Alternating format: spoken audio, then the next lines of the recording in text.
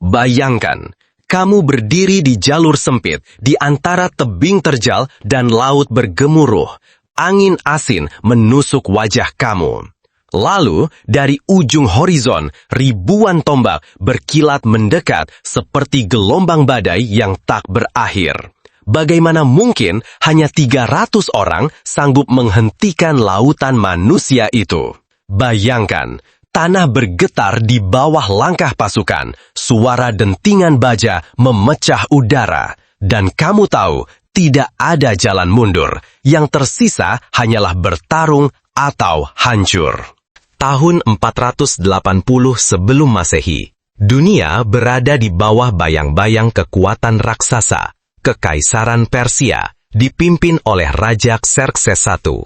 Wilayahnya membentang dari India hingga Mesir, dari Asia Kecil hingga lembah Sungai Indus. Kekayaan, jumlah pasukan, dan sumber daya mereka tak tertandingi. Setelah kemenangan di pertempuran maraton 10 tahun sebelumnya, Persia berniat membalas dendam dan menaklukkan seluruh Yunani. Xerxes membawa pasukan darat dan laut terbesar yang pernah dikumpulkan dalam sejarah kuno. Ratusan ribu prajurit dari berbagai bangsa di bawah pancinya.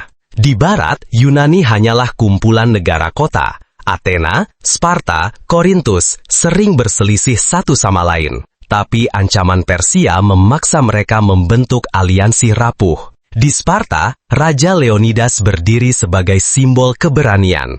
Ia tahu bahwa berperang di medan terbuka berarti kehancuran. Maka ia memilih Thermopylae, gerbang panas, jalur sempit yang membatasi pergerakan musuh. Di sanalah ia akan berdiri. Namun, perayaan keagamaan Karnea menghalangi pengiriman pasukan penuh. Leonidas hanya membawa 300 prajurit terbaiknya, ditemani beberapa ribu sekutu Yunani. Mereka bukan pasukan terbesar, tapi mereka memilih menjadi benteng terakhir Yunani. Fajar hari pertama. Kabut tipis melayang di celah Thermopylae, matahari mulai memantulkan kilau emas pada tombak-tombak Spartan. Dari kejauhan, suara jenderang Persia bergema seperti detak jantung raksasa yang mendekat. Formasi palang Spartan terbentuk, perisai bundar saling mengunci, tombak panjang menusuk ke depan, membentuk tembok kematian yang tak bisa ditembus. Gelombang pertama Persia menyerbu dengan keyakinan mutlak, namun jalur sempit menghalangi mereka untuk memanfaatkan jumlah. Mereka dihentikan, didorong mundur, dipukul hingga jatuh ke laut. Jeritan, benturan baja, dan bau darah bercampur dengan aroma garam laut. Sepanjang hari, gelombang demi gelombang Persia dipatahkan. Tubuh-tubuh mereka menumpuk, menghalangi serangan berikutnya.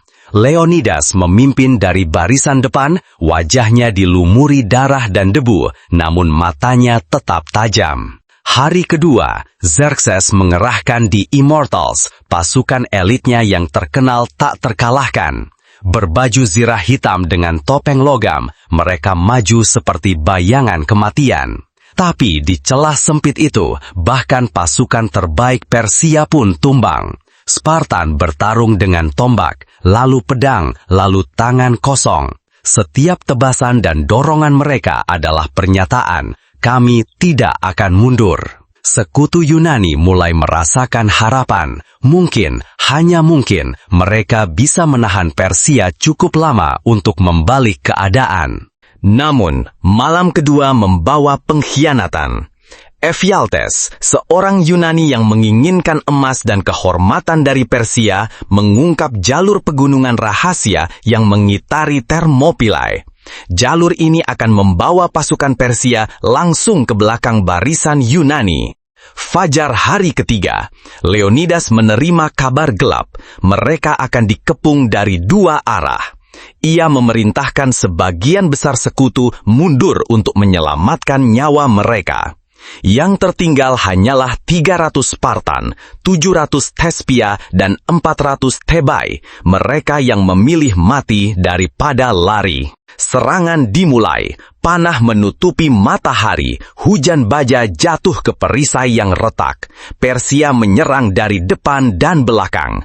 Spartan bertempur di antara tumpukan mayat, darah mengalir di bebatuan panas. Leonidas bertarung di tengah kerumunan, tombaknya menembus 2 prajurit sekaligus. Namun akhirnya tubuhnya ditusuk berkali-kali. Ia jatuh, helmnya berguling di tanah, matanya tetap terbuka menatap langit. Kematian sang raja bukanlah akhir, ia menjadi api terakhir yang membakar semangat prajuritnya. Mereka bertarung sampai orang terakhir, hingga Thermopylae sunyi, hanya tersisa bau besi dan kematian. Legenda mengatakan pasukan Persia berjumlah jutaan. Namun, penelitian modern menunjukkan bahwa angka sebenarnya mungkin sekitar 100.000 hingga 150.000. Meski begitu, rasio pertempuran tetap mengerikan.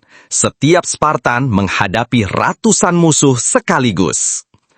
Thermopylae bukanlah kemenangan militer, tapi kemenangan waktu. Pertahanan mereka memperlambat invasi, memberi kesempatan bagi Yunani untuk mempersiapkan perlawanan. Beberapa bulan kemudian, armada Persia dihancurkan di Salamis. Setahun kemudian, Persia dikalahkan di Platea. Dan semua itu dimulai dari pengorbanan di celah sempit Thermopylae. Thermopylae bukan sekadar medan perang. Ia adalah pernyataan bahwa kehormatan dan keberanian bisa berdiri tegak bahkan di hadapan kematian yang pasti. Leonidas dan 300 Spartan tidak menghentikan Persia sepenuhnya, tetapi mereka menghentikan sesuatu yang lebih berbahaya, ketakutan yang bisa memecah belah Yunani. Hingga kini, di tempat itu berdiri monumen dengan kata-kata dari penyair Simonides. Wahai orang asing, sampaikan pada Sparta bahwa kami berbaring di sini taat pada perintahnya.